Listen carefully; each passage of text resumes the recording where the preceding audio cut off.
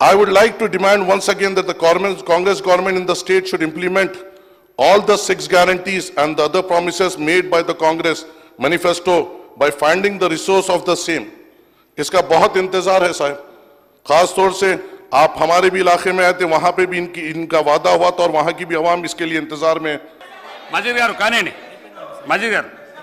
Our party, All India Majlis Ittehadul Muslimin, has been demanding that the Telangana state should be given a fair deal by the union government.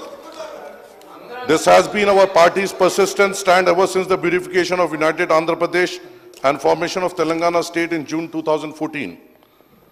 I may recall that my party floor leader Janab Akbaruddin Owaisi Sahab has been raising his voice in this particular assembly against the injustice meted out to the Telangana state by the BJP, now NDA government, ever since the new state came into being. Participating in the discussion on the Governor's Address, State Budget Appropriation Bill and short discussion on various subjects, Janab Akbaruddin Owaisi Sahab has been demanding the union government to do justice to the state and implement all the assurances contained in the AP Reorganization Act. However, ever since it came to power in 2014, coinciding with the formation of the Telangana state, the BJP regime at the center has been adopting discriminatory attitude towards Telangana and seeking to favor the successor Andhra Pradesh state at the expense of Telangana. Our party has been highlighting how the union government has been denying its rightful share to Telangana in devolution of central taxes as well as in the central grants and aid for the central schemes and centrally sponsored schemes. Also, the union government has been consistently refusing to fulfill the assurances given in the AP Reorganization Act. We, All India Majlis Ittehadul Muslimin, have consistently said that the successive union budgets since 2014 till date have been unfair to Telangana state. Telangana state's share of central devolution has been fixed at 2.10% as against AP's share of 4.05% on the recommendation of 15th Finance Commission. For instance, in the financial year 23-24, Telangana received only 23,216 crores as share in central taxes as against rupees 44,699 crores released to Andhra Pradesh.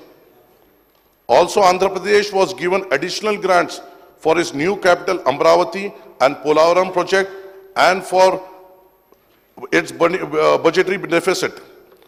In the union budget for 24-25 presented by the Finance Minister, Telangana is allocated 26,216 crores as against 50,475 crores for AP.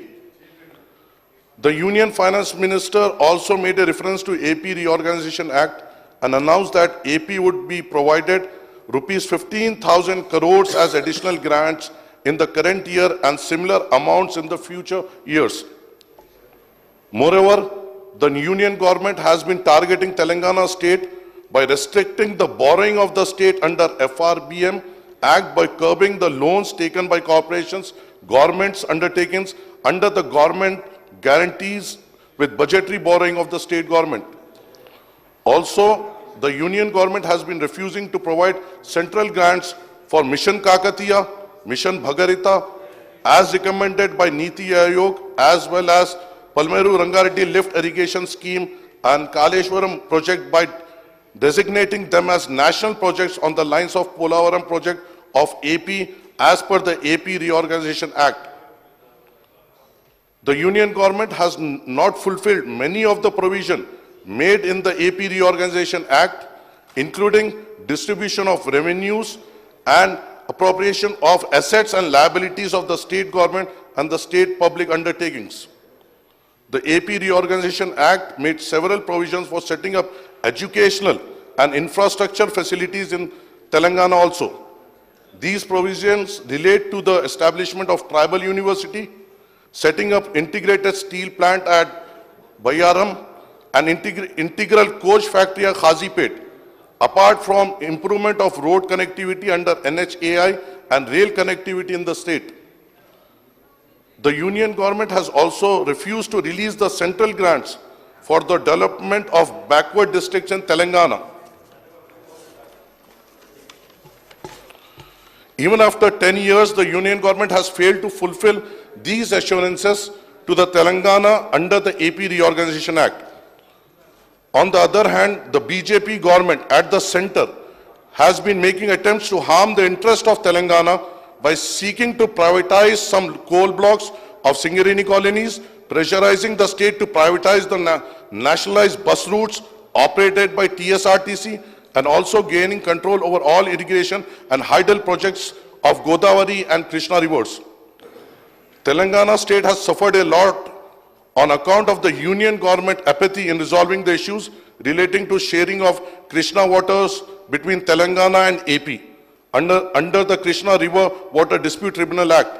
This has adversely affected the Palameru, Rangareddy and Dindi irrigation projects in the state. After the change of government in the state in December 2023, Revant Reddy Saab has met on Prime Minister Narendra Modi, Union Home Minister Amit Shah and other union ministers to seek clearance for various state projects and schemes, as well as for their additional assistance to state, but in no vain. I would like to demand once again that the Congress government in the state should implement all the 6 guarantees and the other promises made by the Congress manifesto by finding the resource of the same. इसका बहुत इंतजार है साहब, खास तौर से आप हमारे भी इलाके में आए थे, वहां पे भी इनका वादा हुआ था और वहां की भी आवाम इसके लिए इंतजार में है. Our party is opposed to privatization of power sectors, namely the Genco, Transco and 2 Discom in the name of entrusting the power bill collection to Adani Powers in old city of Hyderabad and so-called pilot project. We extend